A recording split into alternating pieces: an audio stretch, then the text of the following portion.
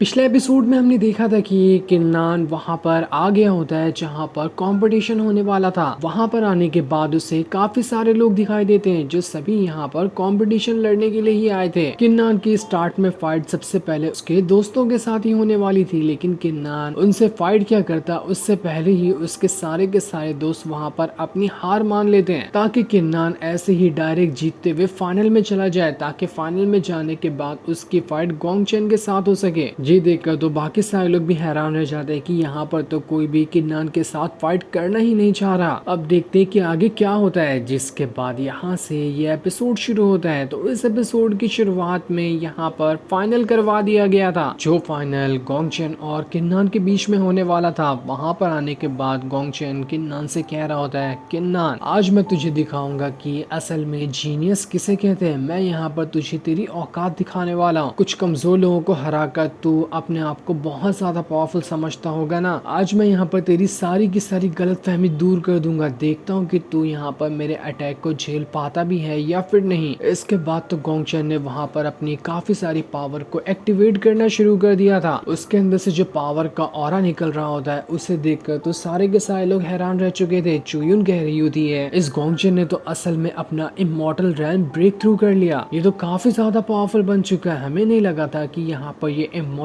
RAM को भी break through करके आएगा। अब किन्नान को फाइट करने में इससे थोड़ी सी परेशानी हो सकती है। तो वहीं किन्नान सारी चीजें बस देख रहा था अपनी 7 स्वॉर्ड को एक्टिवेट करते हुए। वो बस वहाँ पर शांति से खड़ा होता है और उसने अपनी स्वॉर्ड को एक्टिवेट करके रखा था। उसे यहाँ पर किसी तरह का बक बक करने की कोई जरूरत ही नहीं है। वो मुंह से ज्यादा हाथ चलाना पसंद करता है। वहाँ पर जो और लोग मौजूद थे वो लोग भी कह रहे थे कि नहीं, यहाँ पर ये बैटल कैसे हो सकता है। किन्नान और गोंगचेन के बीच में कितना ज्यादा डिफरेंस है। किन्नान तो अभी अपने सिर्फ बॉडी टेम्परिंग लेवल पे है, ऐसी टक्कर थोड़ी ना कराई जाती है। वो डिसाइपल वहाँ पर जोर जोर से हंसते हुए कह रहा था, देखो यहाँ पर तो किन्नान का लड़ने से पहले ही कॉन्फिडेंस डाउन हो चुका है। उसने तो अभी गोंगचेन की रियल पावर देखी भी नहीं। वो गोंग युआन से कह रहा था, क्या हुआ, अभी भी शर्त लगाना चाहोगे। इस चीज को देखकर गोंग युआन भी वहाँ पर थोड़ा थोड़ा परेशान हो रहा था, लेकिन तब भी उसे किन्नान के ऊपर पूरा भरोसा है कि किन्नान यहाँ पर ऐसे हार मानने वालों में से तो बिल्कुल भी नहीं है। जिसके बाद अब देखते ही देखते गोंगचेन ने वहाँ पर एक स्वॉर्ड फॉर्मेशन को बना लिया था। जैसे वो स्वॉर्ड फॉर्मेशन को बनाता है उसके अंदर से बहुत ही तेज रफ्तार से पावर बाहर निकल कर आती है। वो पावर खुद को स्वॉर्ड में ट्रांसफॉर्म करते हुए उसे किन्नान की तरफ ही भेज रही थी। किन्नान को जैसे ही लगता है कि वो स्वॉर्ड उसके करीब आ रही है, वो वहाँ पर अपनी पावर का इस्तेमाल करते हुए अपनी 7 स्वॉर्ड को एक्टिवेट कर लेता है। और उसने वहाँ पर वो पोर्टल वाली टेक्निक का भी इस्तेमाल कर लिया था, जिस वजह से वो कई सारे पोर्टल बना सकता है। उसने वहाँ पर बहुत सारे पोर्टल बनाते हुए हर पोर्टल के अंदर से अपनी 7 स्वॉर्ड को गुजार दिया था। ये पोर्टल वाला अटैक एक बंदे को हराने के लिए सिर्फ एक ही पोर्टल काफी है, लेकिन यहाँ पर तो किन्नान ने 7 पोर्टल बनाए होते हैं, सातों के अंदर अलग अलग स्वॉर्ड थी। पर तब भी गोंगचेन यहाँ पर बड़ी आसानी के साथ किन्नान के इस अटैक से बच जाता है। लेकिन जैसे वो अटैक से बचा था, किन्नान वहाँ पर आकर एक घसीट के थप्पड़ उसे ही मार देता है, जिस वजह से तो गोंगचेन की वहाँ पर बहुत ही जबरदस्त बेइज्जती हो गई। इंसान पंच खा लेता है, लात घूसे खा लेता है, लेकिन जब भी वो थप्पड़ खाता है तो उसका दिमाग फिर ही जाता है। सारे लोग हैरान कि अरे ये क्या हुआ, किन्नान ने तो यहाँ पर थप्पड़ मारकर गोंगचेन की इज्जत की वाट ही लगा दी। यहाँ पर गोंगचेन भी हैरान रह चुका था कि इसने मुझे थप्पड़ क्यों मारा, लेकिन किन्नान वहाँ पर नहीं रुकता, उल्टा उसे 2-4 थप्पड़ और मार देता है। हुआन और बाकी लोग तो वहाँ पर हंस हंस के गोंगचेन की बेइज्जती कर दिए होते हैं कि देखो इमॉर्टल रैम का बंदा किस तरह से धड़ाधड़ थप्पड़ पे थप्पड़ खाते जा रहा है। तो अब गोंगचेन जो होता है वहाँ पर किन्नान से कह रहा था, देख किन्नान, मैं यहाँ पर तेरे साथ ना और फाइट करता और अभी अपनी उस खास वाली टेक्निक का इस्तेमाल नहीं करता, पर तूने थप्पड़ मारकर मुझे यहाँ पर मजबूर कर दिया, तो अब तू मरने के लिए तैयार हो जा। गोंगचेन वहाँ पर उसी इविल पावर वाली पिल को बाहर निकाल लेता है जो उसके मास्टर ने उसे दी थी, और वो उस पिल को वहाँ पर खा जाता है, जिस वजह से तो उसकी बॉडी के अंदर से बहुत ज्यादा इविल ऑरा बाहर निकलने लग गया था। वो वहाँ पर अपनी पावर का इस्तेमाल करते हुए अजीब से बड़े बड़े स्कल वगैरह बना लेता है। ये देखकर गोंग युआन जो होता है वो एल्डर से कह रहा था, एल्डर देखो यहाँ पर चीटिंग हो रही है, इस तरह की इविल पावर की पिल का इस्तेमाल करना कंपटीशन की रूल के खिलाफ है, तो आखिर यहाँ पर इसने इस तरह की पिल का इस्तेमाल कैसे किया। लेकिन तब मास्टर वहाँ पर कह रहा होता है, देखो यहाँ पर कोई चीटिंग नहीं हो रही है, मैंने यहाँ पर कोई रूल नहीं बनाया था कि कोई इस तरह की पिल का इस्तेमाल नहीं कर सकता है। किन्नान के पास है तो वो भी अपनी इविल पावर की पिल निकाल ले। जो सुनकर सारे लोग उस एल्डर से कह रहे होते, तेरी भैंस की टांग, आज के बाद जिंदगी में कभी भी हम तेरा वाला कंपटीशन लड़ने के लिए आएंगे ही नहीं, तू इतनी साफ साफ चीटिंग कैसे कर सकता है, बुढ़ाओ तू नीचे आ, हम लोग तो तेरी वाट लगा देंगे। उधर गोंगचन ने वहाँ पर अपनी पावर का इस्तेमाल करते हुए 9th लेवल के